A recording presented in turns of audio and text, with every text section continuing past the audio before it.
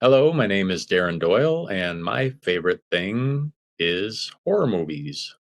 Welcome to the Finding Favorites podcast, where we explore your favorite things without using an algorithm. Here's your host, Leah Jones. Hello and welcome to Finding Favorites. I'm your host, Leah Jones, and this is the podcast where we learn about people's favorite things and get recommendations without using an algorithm. I'm so excited that I have been doing this podcast now long enough that my authors are coming back with new books. And that's the case today. Darrin Doyle is back. His new novella coming this summer on July 9th is Let Gravity Seize the Dead. And I'm so happy to have you back, Darrin. How are you doing? I'm doing well. Thank you so much for having me back, and I'm looking forward to talking to you again. Yeah. So let's get into it. Let's talk about the new book. It's coming out this summer, and we'll start with a synopsis, and then I'll ask about how it came to be. Sure. Basic synopsis is, well, first of all, it's a novella, like you said. So it's a short novel, and it's kind of a cabin in the woods horror literary gothic story. There are two timelines in it. There's a early 1900s timeline, and there's a early 2000s timeline. The main stuff happens in 1907 and 2007. And the book, this is a cabin built in the woods by the 2007 family's great grandparents, basically, or grandparents, depending on who you're asking. Basically, it's this man and his wife named Beck and Mallory. They moved their two daughters to this cabin in the middle of nowhere in dense Michigan forest. And this cabin, as I said, was built 100 years ago by their ancestors. And the story just it's kind of a ghost story, haunting story. It may be literal, it may be more psychological, maybe a little of both. But in a sense, I'm kind of playing with the idea of sort of inherited trauma fusing into the nature, the natural world, and kind of just carrying on through generations, even when the new generation doesn't know anything about it. Yeah. And I think it's something that the idea of inherited trauma is, I think, an idea that more and more people are starting to realize is real. Like it Yeah. impacts us. There are things we get in our DNA passed through our generations, epigenetics it's not a fringe topic anymore. Yeah, and I honestly didn't even know about that until I was done writing the book, or maybe I had heard it and it just kind of got in my craw and I didn't even notice it. But Yeah. it just kind of made sense to me that like nature is cyclical and nature retains its history within itself, so to speak. And it made sense to me that this kind of, it's hard to even explain, but yeah, this idea that we can be carrying, almost like you said, the genetics of trauma without realizing it. It wasn't my intention to write that, but once I wrote it and I heard about this, I was like, that's what I was trying to express, I think, with knowing it. Yeah. Now, is there a scary cabin in the woods in your life? I wish. Yeah. No, but well, there's a cabin in the woods that I go to, and I've gone to for a number of years now to get away to write. On with there's this great state park called Wilderness State Park way up north in Michigan, and there are a number of cabins, and there's about 6 of them, but they're all very isolated from each other. Around on the lake at the top of the lower peninsula, but there's this one that's called Nebo Cabin, and it's way tucked it's about a 2-mile dirt road. Wow. But it's more like a 1-lane car path, very, hilly. And that was the inspiration for this cabin in my story as well. So it's a rustic cabin, has no power, it has an outhouse. And so I don't know that, I've been going there for years, and I'm sure that was in my mind when I was writing. It's not that, I don't think, though. Or the ghosts haven't revealed themselves to you. That's right. So where did this one... It's interesting to me because when I started this podcast, this was my COVID hobby. And so when I met authors the first time, it was often a project they wrote during COVID or edited during the lockdown. got delayed during the lockdown, and now I'm meeting with people that it's fully like post-lockdown effort. So when did you get your first like grain of this story? It probably was even before COVID or right Yeah. around there. I think honestly it was inspired by a writer named Noy Holland, and her novella or short novel Bird. It's not horror really, but she came to our campus a few years back, so forgive me if I can't remember the exact year, but I'm pretty sure it was before COVID. Right. I know it was before COVID. So I read that book and I just really admired how every sentence was fresh. There was clearly an effort to not say something in an ordinary way, Mm-hmm. but also not be annoying about it either. So the heavy emphasis on style, and so that was definitely an influence when I started this. And then I read, further books that inspired me in that way, like Cormac McCarthy's Outer Dark. He's Mm-hmm. obviously an amazing stylist as well. So those two books were very influential to me, and I started there. Don't even know if I never have a plot when I start. Mm-hmm. I just start rolling and capture a voice, capture some characters, a situation, and see where it goes. But this one really started, I think, pre-COVID. I generally have multiple projects going on at Yeah. once, so this one ultimately took center stage, but it took a few years before I Yeah. concentrated on it. Yeah. And do you have some book launch events planned for the summer, or is that still coming into focus? It's still coming into focus. Yeah, I'm not. Summer is a little trickier time for Yeah. me to release a book. So if not summer, I'm sure I'm going to have something here in Mount Pleasant, at the bookstore here. Mm-hmm. Open to line up a few more, and then fall probably I'll have other readings. Nice. And is this so your previous book was the Monster in Aisle 34? The No, Beast in The 34. Beast in Aisle 34. Close. Yep. Is this one you specifically said like the new one is horror-ish? It's it's interesting because I don't generally like categorizing. Yeah.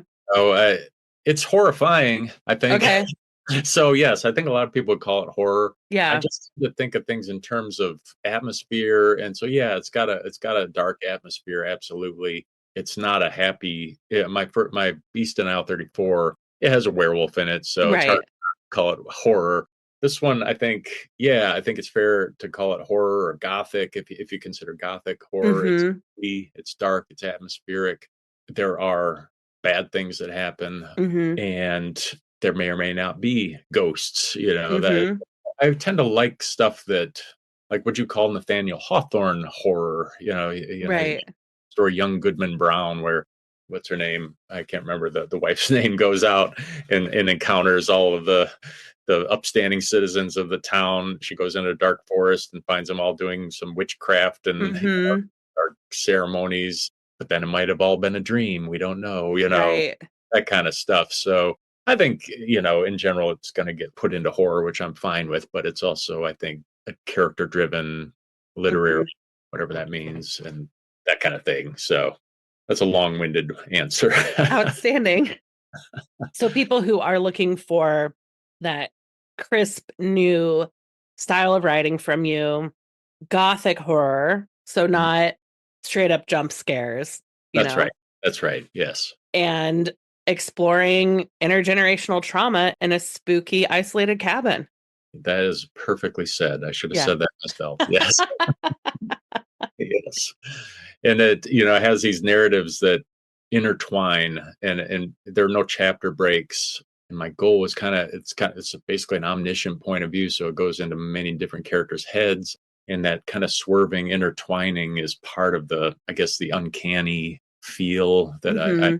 like in stories. So, yeah. Outstanding. Well, Let the Gravity Seize the Dead. Can people pre-order now? Yes. Yes. Yes, they can. So people should pre-order it now so they can have their hot little hands on it on July 9th and then look for events this fall. Yes. Great.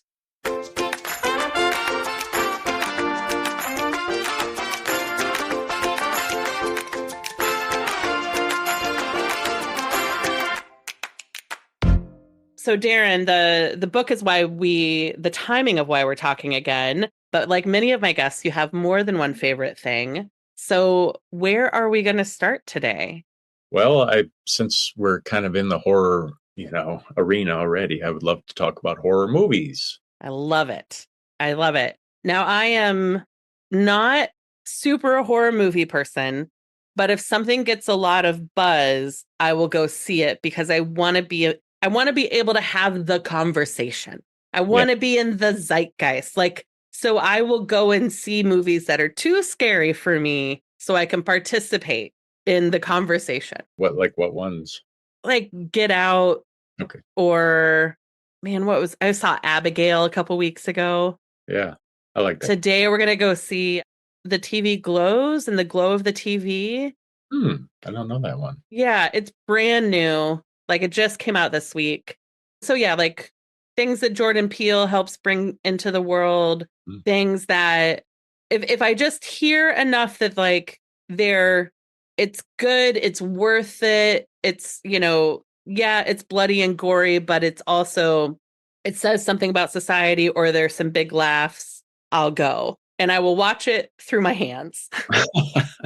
Well, good for you. Yeah. Yeah.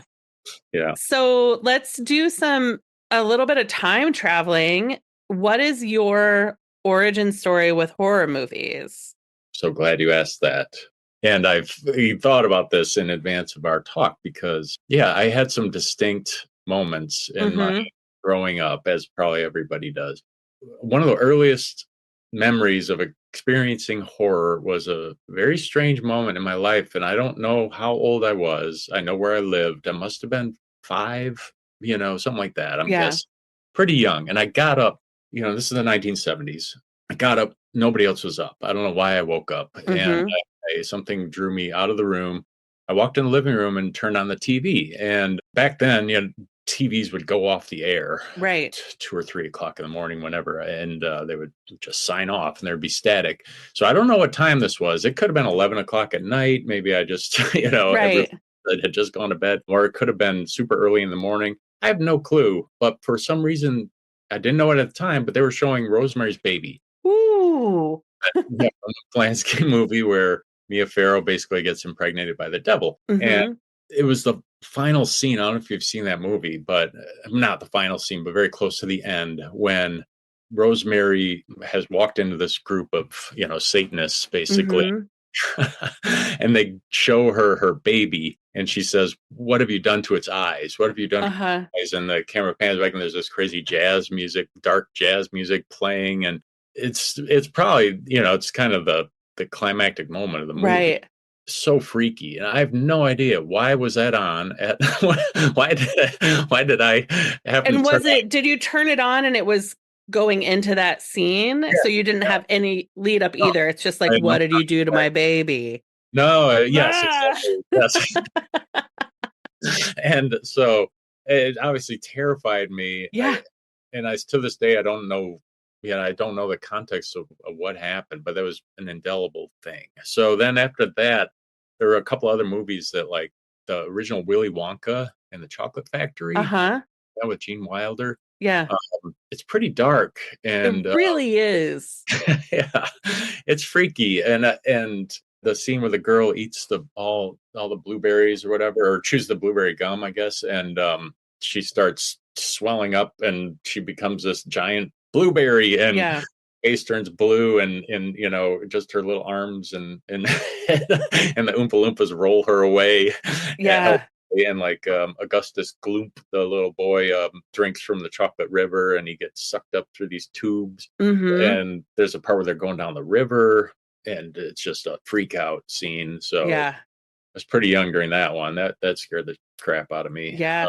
And then there were the TV movies back in the 70s used to go pretty hard. There was this movie called Dark Night of the Scarecrow, where this like mentally challenged guy gets accused of a crime or somehow on the farm, and he hides like in a scarecrow. And I just remember the guy's like close up of his eyes through the thing, and he's terrified. And I think they just stab him to death with a pitchfork, and then he haunts them.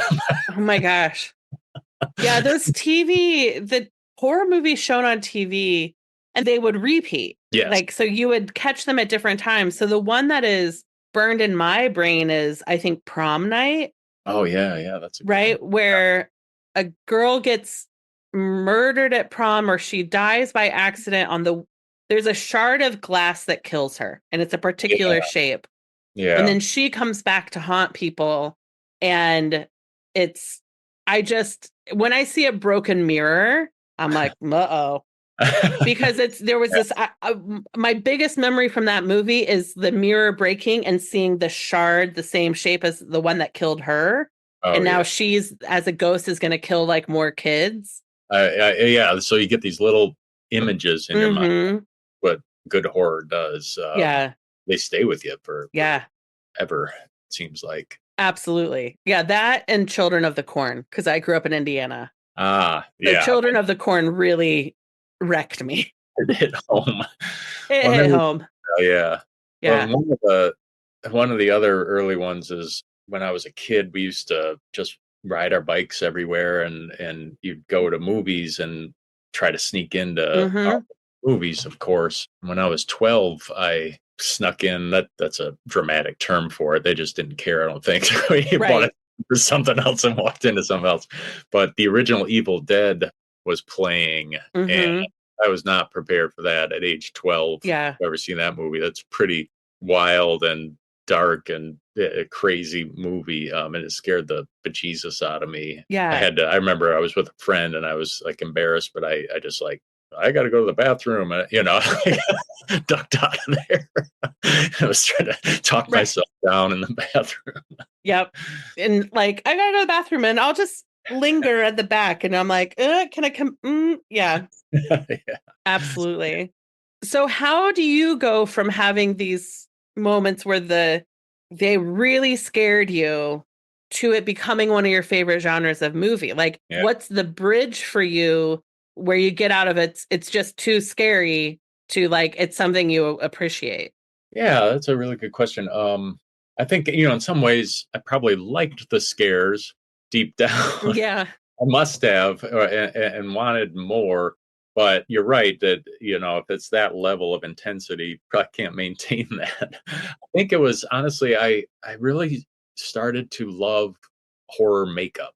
And so I remember I got a subscription to Fangoria magazine when I was about 9 or 10. Maybe it was older than that. Maybe it was even after the Evil Dead thing. I'm not sure. It must have been before that, because it gave me a safe way to experience it. They always had these cool full color images of all the gore and so I just admired like how real it looked and how cool it looked. And I remember like American Werewolf in London was one that they kept doing these features on, and that has amazing werewolf makeup, and it just created this buzz in my mind. I need to see this movie. I need to see. These things wouldn't come out sometimes for a long time. So I think it must have been that, it kind of made horror fun. It made me realize how make believe it was. I could experience it that way. Because it would have not just like the finished product, but it wouldn't have some like behind the scenes, like layering the makeup on, and you'd get to really opened up like the process. Yeah. Yeah. There'd be pictures of them doing the makeup on the, on the creature, on the gore, and it made you see it was all make believe. Yeah. So what were some of the other movies in the 80s that were some of your favorites or key for you? Definitely like American Werewolf in London. Huge. And that was a comedy horror too. And I really liked, that made me realize you could laugh, and that would take away some of the, you'd get scared and then laugh. And so I started really liking those. The Thing, John Carpenter's The Thing is another amazing makeup one, and just a really cool movie, really well done. Of course, some of the classics, Friday the 13th movies were fun, but basically like a friend of mine and I, this was back in the VHS era, would just rent a bunch of horror movies and have sleepover. And so we just saw just anything. I can remember like Maniac. I don't know if these names will mean anything to you. Pieces, Sleepaway Camp. Sleepaway Camp, I remember. Yeah. Yeah, that one's pretty wild. A lot of them are cheap. I think that '80s was an amazing time because once, this VHS boom started, people could just make movies and, get them put in video stores. They weren't necessarily theatrically released. Right. And so they didn't have to worry about box office success. So you got a lot of people. There was amazing energy in some of those '80s movies. Yeah. Tourist Trap is another one stuck in my mind. Just like The Burning. The Burning was came around right around the same time as Friday 13th, and it's a similar premise. It's got like a young George Costanza, whatever that guy's name is, Jason Alexander. Yeah. I think Holly Hunter, a very small part, just some, that might have been the roles. But, there was just a kind of an innocence and energy in these '80s horror movies that they're not all self-referential, they're just having fun, and you can feel that. And so I loved a lot of that kind of stuff. Nice. And you mentioned before we started recording that your favorite director in this genre is Sam Raimi.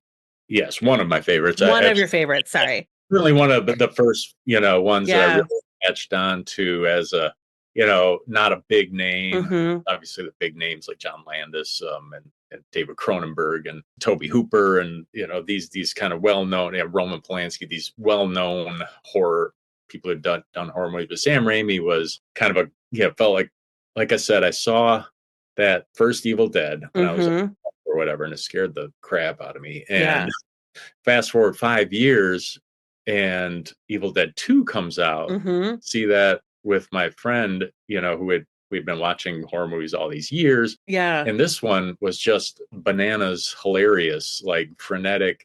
It's almost like more like a remake than a sequel. Yeah. And it's just got this zany camera work. It's more comedic and wildly gory, of course. But so I went from this one that terrified me to this one that cracks me up. Yeah. He was definitely instantly one of my favorites. And he's a Michigan guy too. And, you could feel the passion in stuff. I'm trying to think if I've seen, I have not seen Evil Dead or Evil Dead 2, but I have listened. There's a podcast called Blank Check that they'll cover a director's whole career.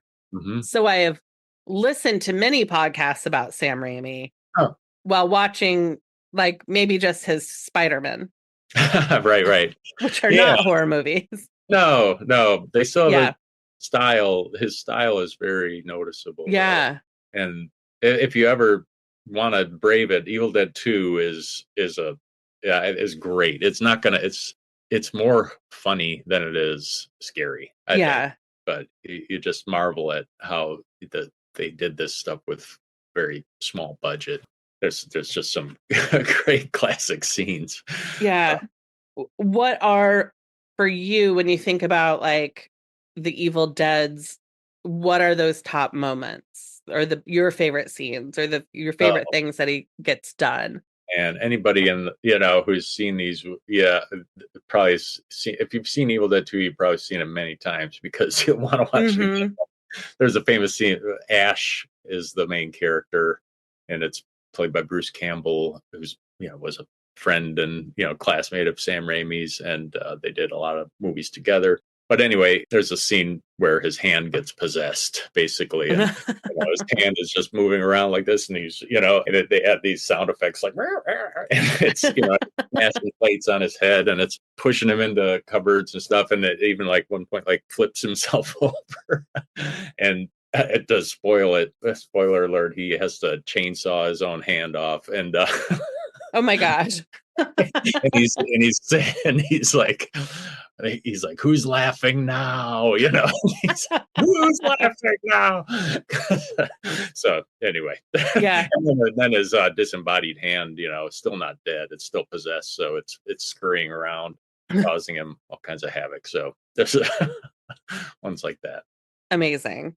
Yeah, I remember hearing from on the podcast, like Bruce Campbell was his like just a traditionally good-looking guy, and was in all of his horror movies, right? Like was always had a part and was Sam Raimi's like one of his go-to actors. Yes, definitely. Even in like Darkman is another really good Sam Raimi movie. That's I highly recommend. I don't know if that would be considered horror. It's more of it's real comic booky. It feels like it was based on a comic book, but it wasn't. Mm-hmm. But it's got Liam Neeson in it, which was kind of surprising. It was like this was before Liam Neeson, I think, was really well known at all. Yeah. Liam Neeson and Frances McDormand, and super, again, funny, frenetic, and all that. And the premise of that is that Liam Neeson gets terribly disfigured in this explosion. So they think he's dead. He hides away, and he's a scientist. So he builds a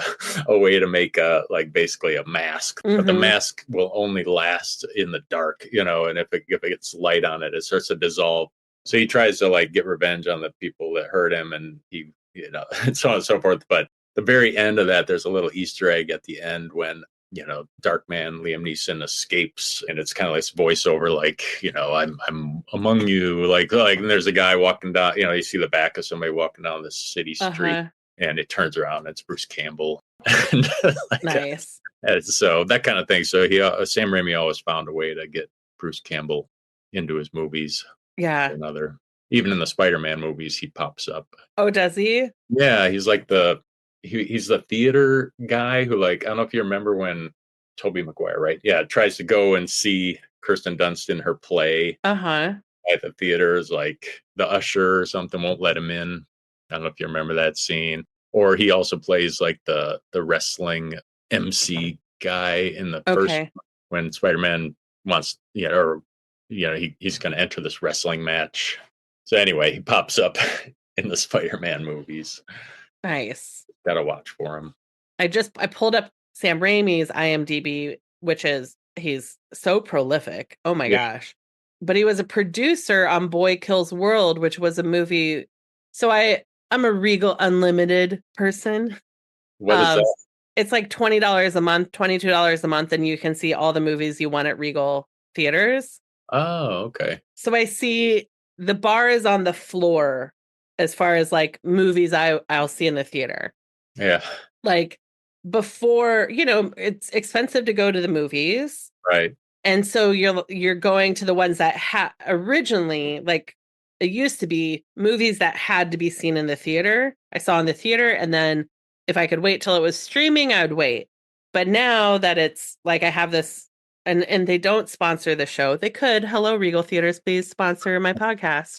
I see sometimes 2 movies a week. Wow. So yeah, so you don't have to discriminate anymore. It doesn't. Yeah. Oh, that's great. So Boy Kills World is one that Sam Raimi was a producer on, but it came and went so fast. It's Bill Skarsgård is the lead actor. Okay. And we saw the trailer once and kind of put it on our list as something we wanted to see. And it was gone from Chicago in 2 weeks. Oh, yeah. So we didn't catch it in time, which is a bummer. Yeah. Yeah, he does produce a lot now as well. And he doesn't really do much horror anymore, which is, to my chagrin. I do love the Spider-Man movies, but he did come out in 2009 with Drag Me to Hell, which is another super fun actual horror movie that really harkened back to his old ways. So. Yeah. Huh. So when you're looking, do you like new horror, or do you typically prefer 70s, 80s, 90s horror? Oh yeah, I am always looking for new stuff. Yeah. It's never gone away. There's sort of ebbs and flows with what my opinion is of the quality overall, but there's always interesting kind of indie stuff going on. And yeah, I would say the 2010s and stuff were actually a really good time for horror. You got bigger ones like Ari Aster doing Hereditary and Midsummer, and you mentioned Jordan Peele, of course. But there's a lot of little bit less well-known ones like Oz Perkins, who's the son of Tony Anthony Perkins, who was in Psycho. Yep. Yeah, Oz Perkins. I love The Black Coat's Daughter by him. I Am the Pretty Thing That Lives in the House is a really great movie. Robert Eggers, who did The Witch and The Lighthouse. His stuff is really interesting. He's coming out with I think a new version of Nosferatu. So ooh. Yeah, that one sounds really good. There's been a lot of really good ones lately. I'm always looking. I mean, I think the streaming phenomenon is like a double-edged sword. You get a lot Yeah. of like very competently done but bland movies out of them, Yeah. I think. Yeah. So, there's a lot of these ones that are like direct to Hulu or direct to Netflix, and they're just kind of like they feel more like TV shows than movies. So Yeah. you do have to sift through a lot of things. But I'm happy to sift through them. Yeah. There's one we've been seeing previews for lately. I think it's called The Strangers Chapter 1. Yeah. Yep. That will not be seeing that one. That one looks just too scary for me. Yeah. But it's, like it's a couple from the city. They're on a road trip. They get an Airbnb. It's a cabin in the woods Right. in a Right. creepy little town. Yes. Yes. And they like cut the power to the cabin and then just start like scaring the shit out of them. Or killing. Yeah. Or scaring. Yeah. Yeah. Yeah. It Yeah. sounds very similar to the first. I've seen the other two. I think there have only been two others of the strangers, and they're decently done. They don't come to a whole lot. It's just basically these mysterious people. You never know who they are, why they're doing it. They Oh. mess you up. So So it this is this is like a third one, I think. oh. Strangers franchise. Yeah. Okay. So other people who actually see horror movies would be like, this is the origin. I thought this was the I think so. start of a new. Right. Right. No. Instead, they're going back and saying, like, let's show you their first murder. I think so. Yeah, I'm Ah. guessing. I've only just recently that movie weirdly is directed by I just saw is directed by Rennie Harlan, who used to do action movies in the '90s, like Mm, Long Kiss Goodnight was yeah. one of his. He infamously made Cutthroat Island, which was one of the most biggest box office bombs of all time. I mean, Yeah. probably set this guy's career back like a long way, but it just was interesting to see that he's directing this horror movie now. Yeah. Huh. Okay. So when you watch horror movies, do you like to go to see them in the theater? Do you watch them at home? Do you watch them during the day? Is it at night, like lights off? Do you make it as scary as possible around you to watch a horror movie? Or is it like lights are on and there's a safe escape? Definitely the former. Yeah, Yeah. as scary as possible. I mean, the theater question, I always love to see stuff in the theater. It's sometimes Yeah. just possible, and we don't have we're in a small town, so we basically have one theater, so it's we don't have a lot of things to choose from, but Yeah. I do love to see them in the theater. And barring that, yeah, lights off, definitely. It's so rare that I actually get scared anymore, which is unfortunate. Yeah. I long for that, if at least I can feel kind of dread or unease, or Mm-hmm. there've been a few like The Innkeepers is a really good Mm-hmm. story. That one definitely put me in a creeped out mindset. The Autopsy of Jane Doe. We're talking about like more contemporary Okay. ones. Yeah. That one was really, really creepy. Under the Skin, which is Just the directed. name is enough. That I'm one's creeped out. yeah. That one is just really kind of beautiful, but also just really unsettling. Yeah. It's, that's directed by the guy that just directed the Zone of Interest, which you Okay. earlier. So yeah, but to answer your question, yeah, I do. I try to make it as creepy as possible. Yeah. Well, if you want to feel unease, it's not specifically horror, but Civil War. Yes, I I don't know want if to. it is the tension throughout is so high key. And it was a movie where like when I got home, I think I had to sit in my car for half an hour to still try and come like down from the like final moments. Wow. Yeah, that's another director that I've been following for a while, Alex Garland, who Mm-hmm. did Ex Machina, and where there's this comet that hits and it creates this kind of strange environment, and there's these people that go in to investigate. Annihilation. Annihilation, yes, yes. So those Ex Machina and that one are kind of more in the sci-fi horror Mm-hmm. arena, and he's definitely a great director. Great. Oh, he also did Men. That one was a really interesting movie, I thought. So yeah, I've been looking forward to Civil War, but I'm kind of scared to watch it because it is so like current, and it seems like the kind of Yeah, horror might hit home a little too much. it does, but you definitely never know who the good guys are. Yeah, And yeah. it's an exploration about the role of war journalists. Mm, Like the protagonists are two war photographers and two war journalists. And part of it is exploring like intervention. mm. Is it the journalist's job to stop someone from being murdered? Yeah, wow. And Yeah. so it's there's a level at which there's like educating the viewer about journalism and them like experiencing new trauma on top of their old trauma of other wars they've been in, but it's set in our current world, Yes. and that is very unnerving. Yeah, that is unnerving. And I think that's kind of why I've held off on seeing it. Yeah. It's gonna stress me out a lot. And Yeah. he's a really good director who knows how to kind of steer, Yeah. the emotions The really well. cinematography and the sound design. Like Mm, when people are having panic attacks in it, there's no sound yeah, and you are in it. And it yeah. is so, the sound design for me was one of the things that heightened the tension the most. Wow. That's Yeah. cool. Good to know. I will definitely see it. Yeah. I'm trying to think of like other movies in the last few years that have really left me. I think The Northman. Yeah, that's also Robert Eggers who did Okay. The Lighthouse and what did I say? The Lighthouse and The Witch. The Witch. Yep. Yeah, he's a really good director. That was a cool movie as well. Yeah.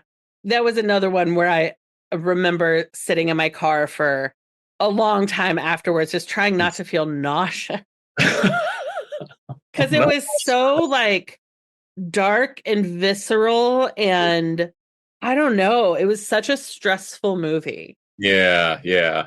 I agree. Yeah, he knows how to create that kind of tone and atmosphere Yeah. very well. I think I recommend like I'm wearing a Dead Alive shirt. Yeah. It's another. These horror comedies you might find Mm-hmm. liking. I mentioned Evil Dead 2. So right around the same time that I started really getting to Sam Raimi, Mm-hmm. mid to late 80s, I also became aware of Peter Jackson, who went on to do the Lord of the Rings Yeah. movies. But his early career as a young indie New Zealand director was Bad Taste was the first one, which is basically like an alien, aliens come down to, Uh-huh.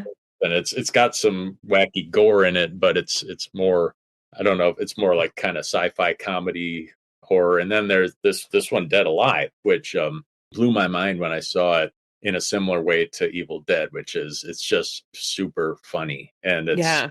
wildly gory, of course, but almost cartoonishly so. So you're never feeling like, disturbed. Well, you might be a little bit grossed Yeah. out. That kind of thing. Because this one's like basically about this, monkey that has some kind of like what do I want to say? A zombie infection and bites Mm, somebody else. And it's one of those movies where, it just kind of passes along the zombie gene. So yeah. yeah, it's quite exciting. So Peter Nice. Jackson used to do. He also did one called The Frighteners, which was kind of a zany, funny horror movie. So I recommend checking out some of those if you're. Okay.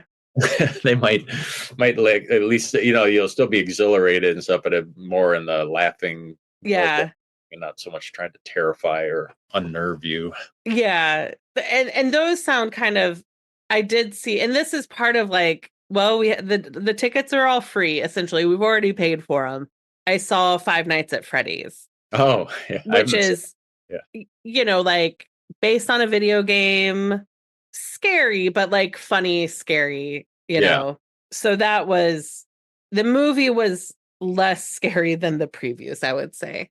Oh wow. They did a really good job cutting the previews. Yeah, that Yeah. happens sometimes. Yeah, yeah. I haven't seen that one, and I know a lot of people that are a little younger than me know that video game, which I don't at all. So Yeah.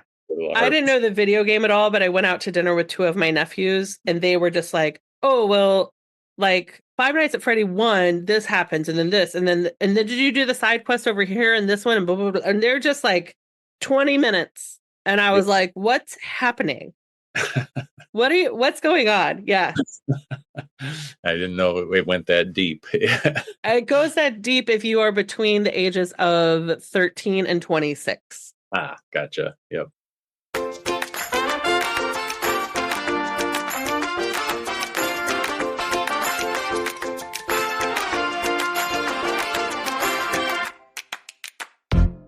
So, Darrin, I'm curious if you got to be a producer on a horror movie, what director would you what director would you hire?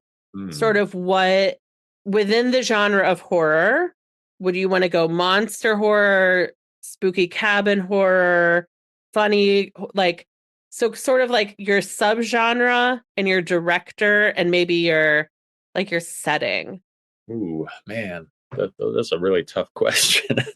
We have too many to choose from.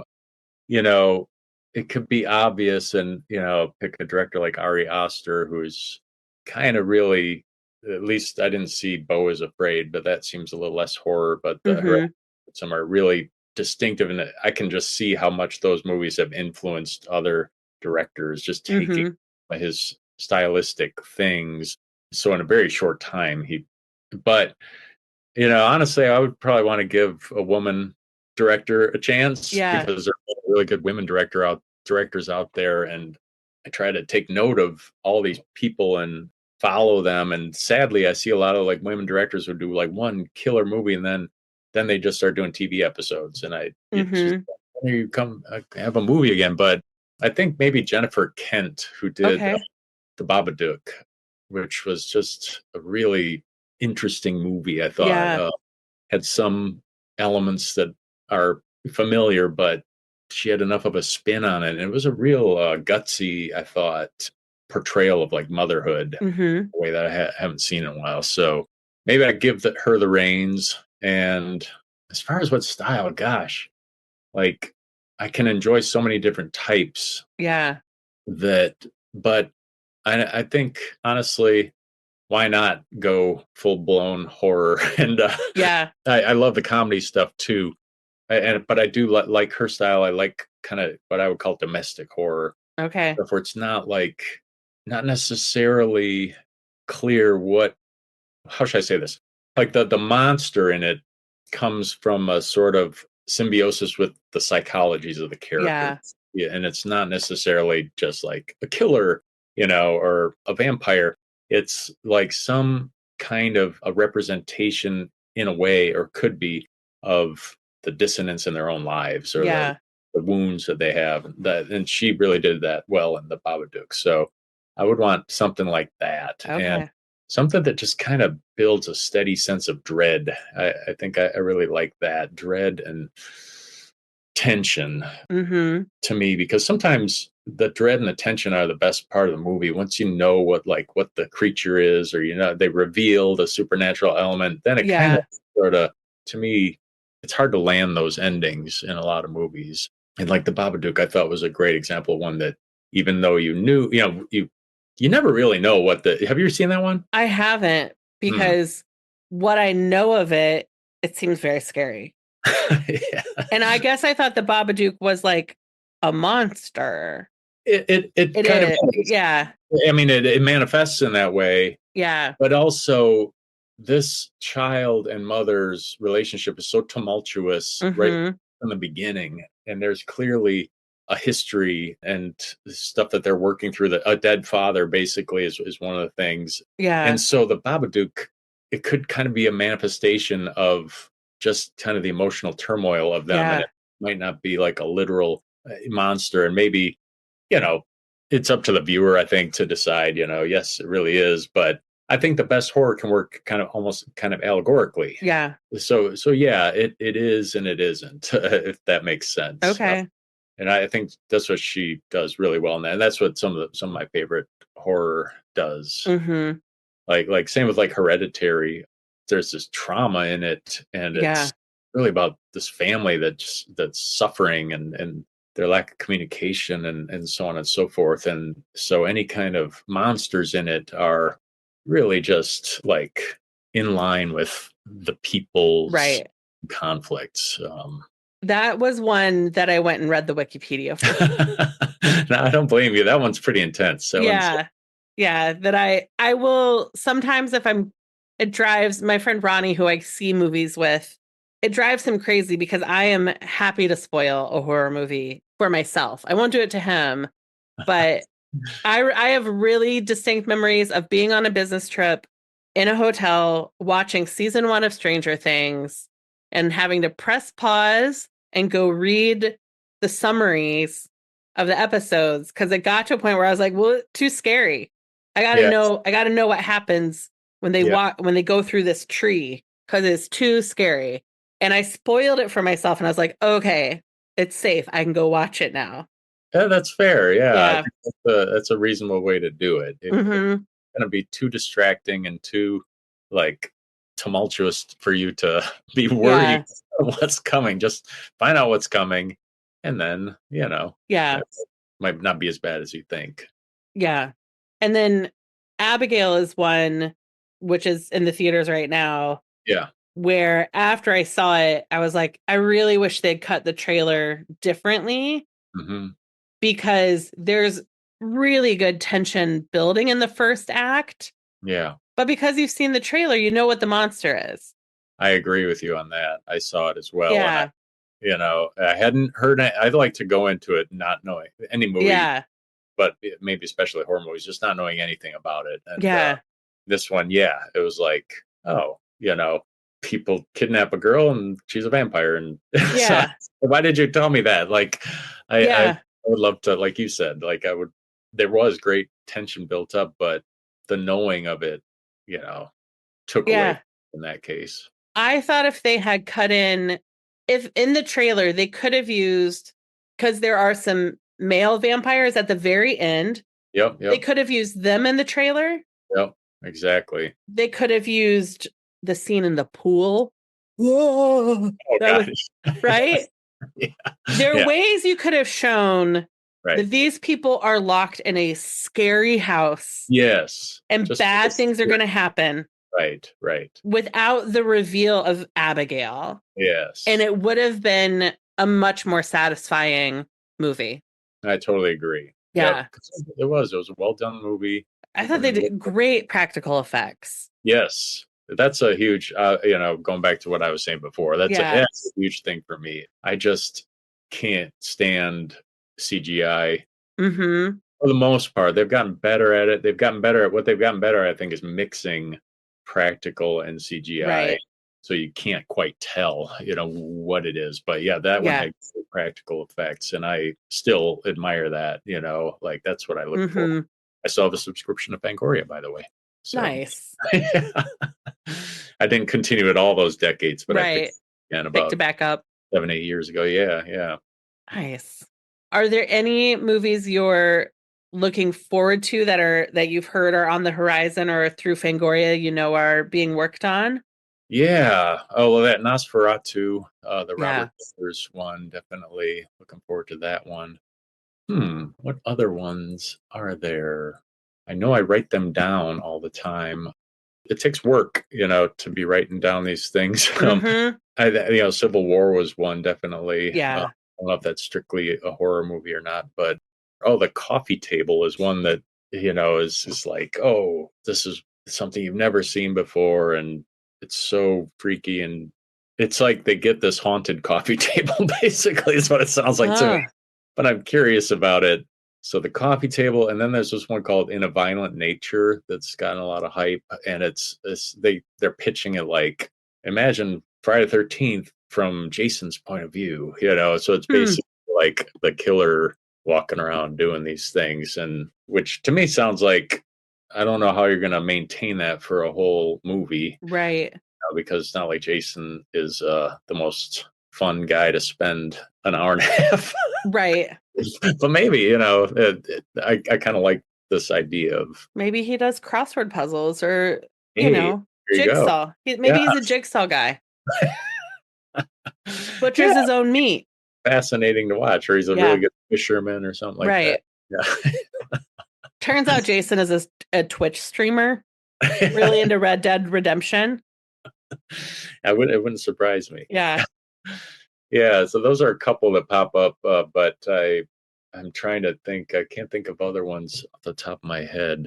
Darrin, is there anything about Sam Raimi, 80s horrors, the horror genre in general, that I haven't asked you about that you would be bummed not to mention? I think what impresses me the most about horrors is the range of it. We've already Mm-hmm. talked about a lot of different kinds, and even like whether or not things fit into that or don't, Right. do or don't fit into the genre. And I think horror just lets you explore things in such a wide range. They can be dramatic, they can be funny, they can be, deeply disturbing, Yeah. can be cathartic. It can be, social commentary. I think a lot of them, like you mentioned, Civil War. I think most good horror movies have some kind of social commentary in them. Not that they're saying like, do this, do that. I think the best ones just kind of bring up ideas Yeah. about wealth and class or about the things that scare us, Mm-hmm. kind of the shared zeitgeist at the Yeah. moment. And so it's a far more diverse genre, I think, than a lot of people who don't watch it or read it or whatever know about. Yeah. That they think of horror as like, oh, it's like the Saw movies, it's just killers or it's monsters. But Right. yeah, I think that's a big thing for me is that it's more. It's not one or the other, but there's types of horror that have to do with just human nature or Mm-hmm. the quieter things, the psychological element. Yeah. That's the stuff I really like. There's a really great movie, and they don't have to be gory. That's the other thing that Right. I talked a lot about how much I like the makeup effects. But some of the best ones, like Rosemary's Baby, has no gore in it, Mm-hmm. and like there's a movie called Creep. It's so good. Again, it's sort of comedic, but it's also very slow tension, and I don't want to spoil too much Okay. about that one, but that's a really fun one where this guy basically like I can't remember if it's like a kind of like a Craigslist ad type thing or like somebody wants to hire him to be a videographer for him. So it's all handheld camera basically of this guy who's like going to go to this stranger's house and meet him and film him. And I can't remember even what the premise was of that, but that's how he kind of ingratiates himself to this guy who ends up being more strange than he bargained for. Ooh. And Yeah. but it's funny. It's actually really funny until it's not. Mm-hmm. Yeah. It disarms you. So that's another good example where there's really not really much gore at all to speak of in that movie, if any. It's the tension, it's the dread, it's the Exactly. unease. Yes, and Yeah. character is character building, that kind of thing. So, yeah, I guess that's something that I would like people to know Yeah. is that it doesn't have to be teenagers, getting picked off one by one. Right. But, Right. yeah, Oh, did you see the Juneteenth horror movie? I think it was called The Blackening. I did not. No, that's one that was on my list. And did you? I did. I How was? did. It's fun. It Hmm, is like, people getting picked off, yep.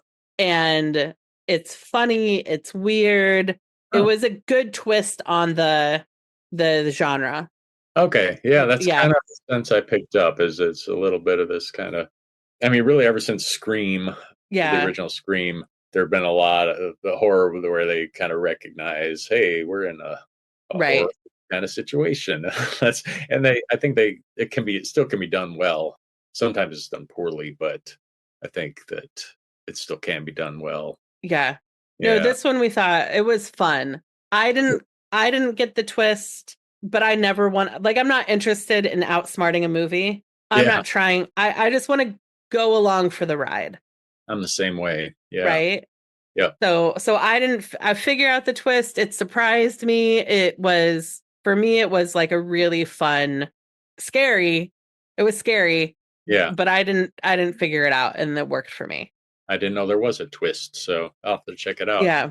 I'm the same way. Like I don't try to think too hard about plot when I'm watching and try Mm-hmm. to put the pieces together. And I'll be like, oh, that's the killer, or that's whatever. But I'm usually wrong, and I don't care. I'm not. Yeah. I'm more like you. I just want to just let it happen. And Yeah. It's like if I go on a roller coaster, if I were to go to a haunted house, which I'm not going to do, that's too scary. But for me, it's the same thing as going on a roller coaster, like, or going to see magicians. I'm yeah, not going to outsmart or be too cool for it. Like, I yeah, want to have the emotions. yeah. Why do you want to know the tricks? Yeah, Yeah. I agree. Yeah. I don't go to haunted houses much either. So, it's weird because like I love horror movies, but like I don't want people jumping out at me. Yeah. Weird thing. We did go to a haunted house in Japan. I was there with my wife and Oh. 2 sons, and they must have been like 10 and 12, around that age. And Mm-hmm. it was a haunted house that they said was for like ages 5 and up. And I was, Uh-oh. oh, this will be fine. And you had to go in like in groups of like 2 or 3. So it was like me and my sister-in-law, who's married to my brother. They lived in Japan. She's Japanese. And my older son, who's 12. And then my wife and my 10-year-old went separately. Okay. You ever seen The Ring? But, classic Japanese, or Ringu, Uh-huh. Japanese horror with the long, straight black Yeah. girls. So this was a haunted house that had no people in it, but it was just terrifying. Like Ugh. all these rooms were like green and glowing, and they had like, you couldn't tell if they were people or if they were mannequins or what, Uh-huh. all over. This thing was terrifying. And I was going first, and they're both huddled behind me, holding on. And I couldn't believe that it was for like ages 5 and up, they Oh said. no.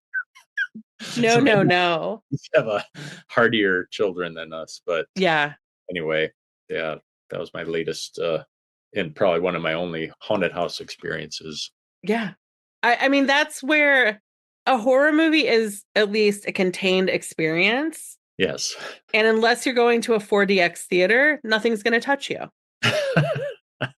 Yeah, you're guaranteed that. Yeah. Yeah. Your autonomy will be respected. Yes. Yeah, very true. And it ends. And you don't have to keep like walking and exactly. Right. Like physically doing things. You can just close your eyes if you want to escape the horror movie. Yeah.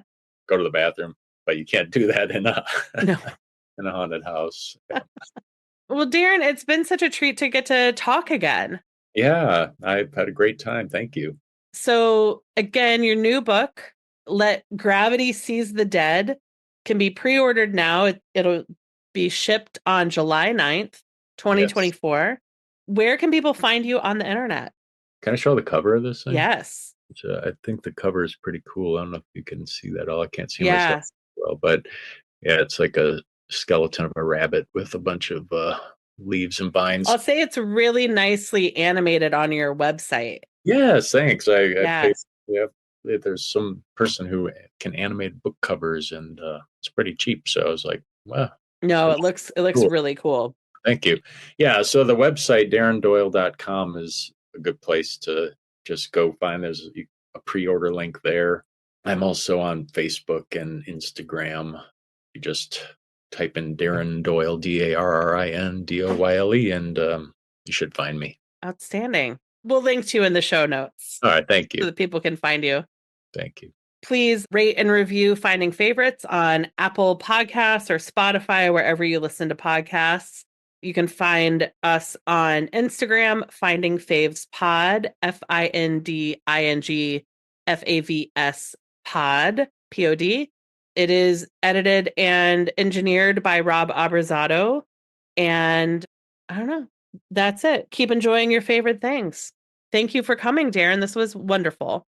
Thank you, Leah. It was a big pleasure. Thank you for listening to Finding Favorites with Leah Jones. Please make sure to subscribe and drop us a 5-star review on iTunes. Now, go out and enjoy your favorite things.